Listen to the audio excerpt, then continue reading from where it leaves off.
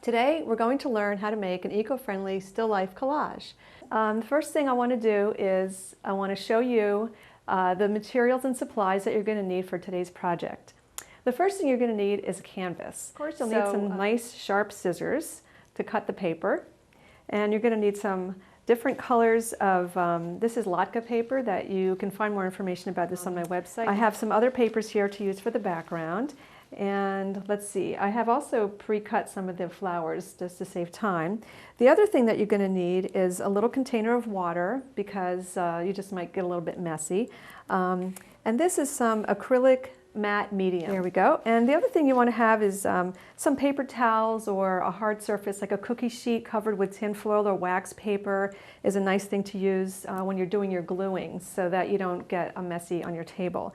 So those are all the supplies I think that we need to start with. And so the first thing you want to do is you take some of your paper, and what you want to do is you want to draw a picture of the flower on the paper, and that'll help you when you cut them out. And so I've already drawn some flowers on a bunch of different pieces of paper. So first we're going to just cut a few of those out, and so there's one that I've cut out, and as you can see on the table here I've cut out all different shapes and sizes and lots of different colors. So I'm going to lay those out, and the first thing you want to do on your canvas here is you want to start gluing the background. And the background is just can be any kind of light colored paper. You can use, the paper I have here has little grass inclusions in it. And you can use yellow paper as well, that works. And I'm going to now glue the paper. And you just want to put a nice sort of thin but not too thin coat on here. You just put some down, and don't be afraid, the paper's just going to absorb it. The reason that I put it on the paper instead of on the canvas, a lot of people ask me that, is because it just seems to absorb better into the paper, and it adheres to the canvas a little bit better. So here we go with that. And once you've gotten your paper full of glue, then you just want to start adhering it to the canvas. And you just lay it out gently, and you just smooth it out with your fingers. And if it goes over the edge, you just want to fold it over the edge. And you just want to smooth it out because you want to make sure that you're getting out all of the air bubbles. That's the most important thing about doing collage, is you want to get rid of a lot of the air bubbles, all the air bubbles if you can, because otherwise it's going to look a little funny. And if you have some, just keep rubbing it from the center out towards the edges, and that will get rid of most of the air bubbles.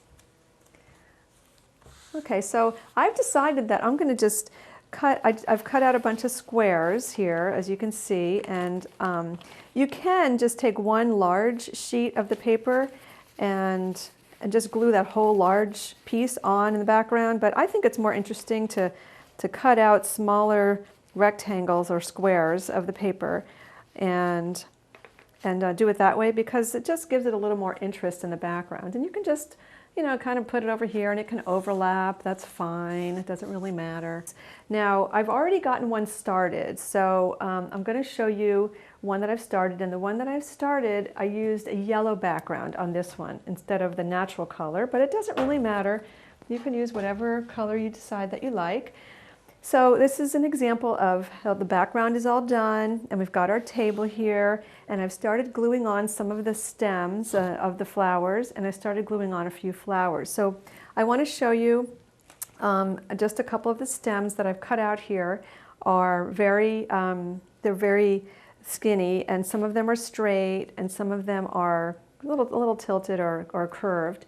So it's kind of the same process. You just want to put some glue on your stems. There you go, just put it on there. And then you want to put your stem on to the canvas. And you can just kind of stick it anywhere. You want to have a lot of overlap. It's okay, you know, there's really no right or wrong to this. And a piece fell off, and that's okay too. So you just want to make sure that's stuck on there pretty good. So you might want to go over it with a little bit of the paintbrush on top. The next thing I'm going to do, I've cut out this vase. And you can cut out any shape vase that you want.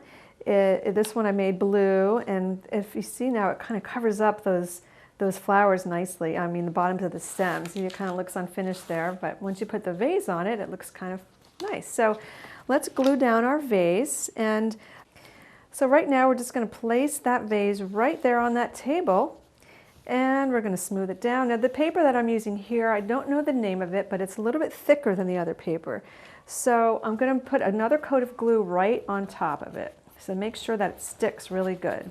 Because the glue will go through the paper, and it just makes it, the wetter it is, the easier it will stick. So we're just going to go ahead and smooth that out like that. And then I'm going to, again, use my fingers to kind of rub it in, make sure I get all the air bubbles out. So now, as you can see, I had already put a few flowers on earlier, so I'm going to add a few more because I don't think there's enough. We want to really fill this up with some really pretty flowers. So here I've got a nice orange one, and I'm just going to throw some glue on that. And then it gets kind of flimsy when it gets wet, so you just want to be real careful with it and handle it very delicately. So I'm just going to stick that one right there. It doesn't really matter where you put them. There's no real rhyme or reason. You just kind of fill in all the spaces, and you're going to overlap them a lot, and then you put some more glue on top just to make sure it sticks really well. I think I'm going to do this sort of circular one. This one looks like it might be fun. So I'll put that one over here. And, oh, let's see, we need maybe one, oh, over here down on the side. That looks like a good spot. And then we'll put some brushing over that. So now you see that we've got kind of a nice arrangement of larger flowers. So now I'm going to use some smaller ones that I've already cut out as well. And this one's a nice bright yellow. Okay, and let's just put that one kind of right in the middle, whoops, right in the middle of there. And just gently press it down until you can tell that it's kind of sticking. Now I have these even smaller, I don't know if you can see this, but I have an even smaller piece here that I'm going to put in the middle of something, and these are so hard to cut out. It actually took me quite a while, but you just have to have patience. And oh, look how cute that is. Just put that one right in the middle there. And the colors are going to change a little bit as the glue dries. Sometimes it gets, they get darker, they get lighter depending on what, how thick the paper is. So there we go. We're going to put now a little tiny yellow one. I'll put that one in the middle of there because it's kind of rounded. And we'll just keep sticking on a few of these. Oh, I'm going to try a purple one to put in the middle of this orange one. And that really brings it out. Purple and orange go really good together. You know, we're actually kind of getting close to being done. Now I've noticed that as we've been working, this paper on my vase has started to wrinkle. And you know what? I don't really care because I think it adds a little bit more interest to make it wrinkle. But I'm just going to smooth it out a little bit. But you know what? So what? It has wrinkles. Doesn't matter. Now the vase, as I said, you can decorate the vase with some polka dots or stripes or whatever. So on mine, I'm just going to add a couple of little flowers that I've cut out, and maybe a polka dot here, and I don't know, maybe an orange flower. Let's just see how that looks. And then maybe an orange dot. Anyway, you can just kind of play around with that, and you can just put stripes or any number of things on there.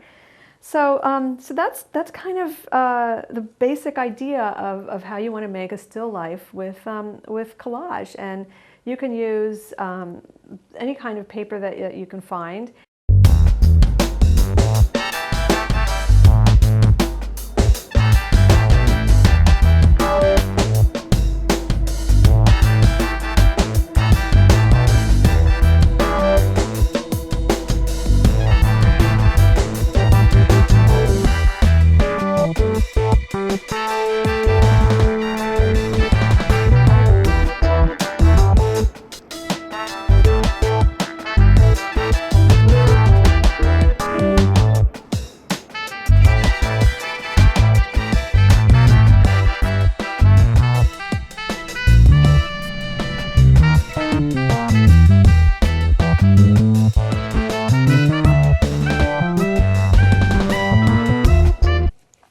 before we close, I just wanted to share with you an eco-friendly tip of the day.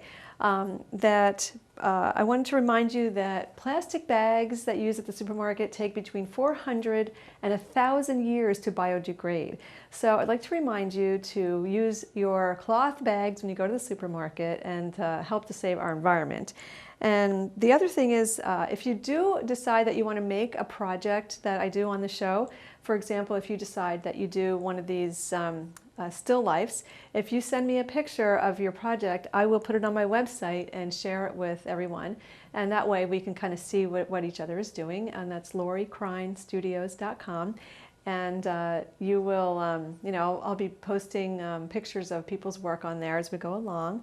I encourage you to dream, create, and inspire, and I hope you find time to do something creative today.